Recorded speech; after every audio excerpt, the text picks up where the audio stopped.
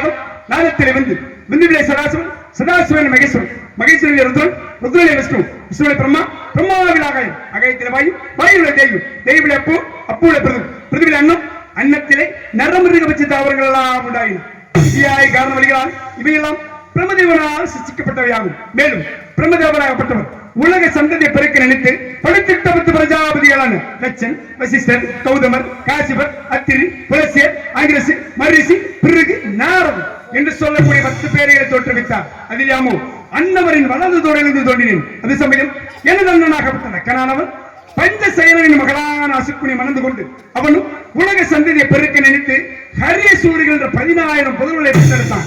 நான் அவர்களை அந்த தொழிலில் ஈடுபட விடாது ஞான உபதேசம் செய்ய அவர்கள் விஸ்வன் இணைந்து தபம் இருந்து வைகுண்டம் சென்றிருந்த காரணத்தால் மீண்டும் சவால சூரியர்கள் 1000 ஆண்மக்களை பெற்றெடுத்தான்.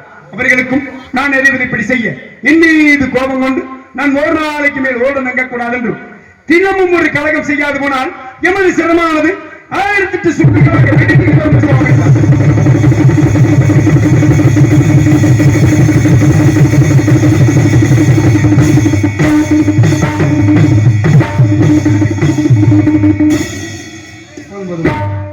ரொம்ப சிறப்பு இனிமையான வாக்கியம் ரொம்ப அதர்மமான வாக்கியம்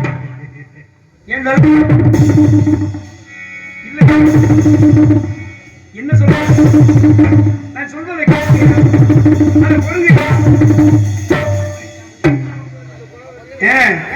ஏன் தலை வெடிக்கன்னு நீங்க சந்தோஷப்படணும் நினைக்கிறீங்க பாத்தீங்களா? இல்ல சாமி, எல்லா பேரும் வெடிக்க வெடிக்க என்னைக்கு வெடிக்க பார்த்தது இல்லையா?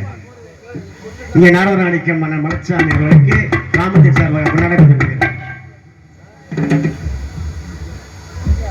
எனக்கு பொன்னாடை போத்தி மானமதை மறைக்கும் விதமாக எனக்கு பொன்னாடை போத்தி கௌரவப்படுத்திய நமது ஊர்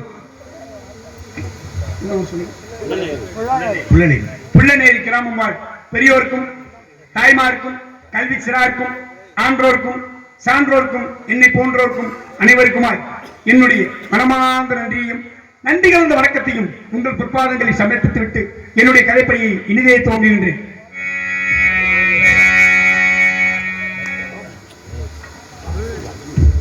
ஆக ஏன் தலை வெடிக்கணும் அப்படி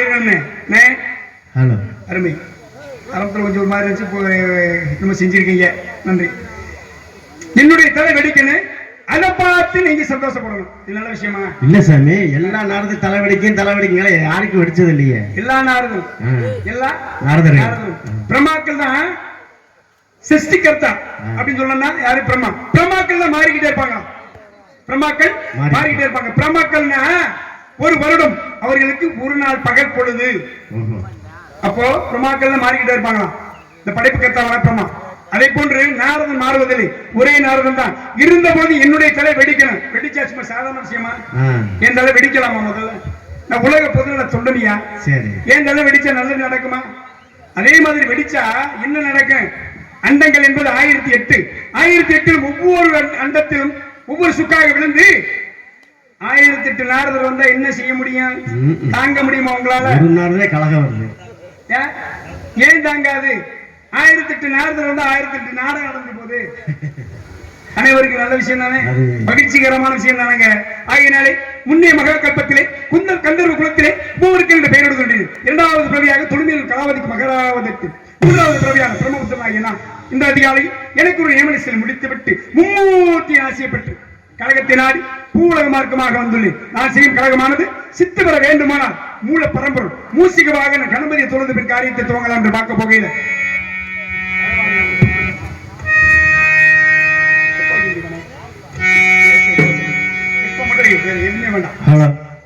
கலைவாணி தான் பெற்ற இரு பிள்ளை மனம் கொண்டு கல்யாண மனவாளனே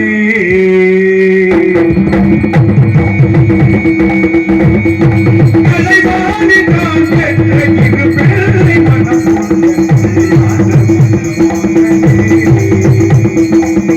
வேத புலத்தோடும் வேத புலத்தோடும்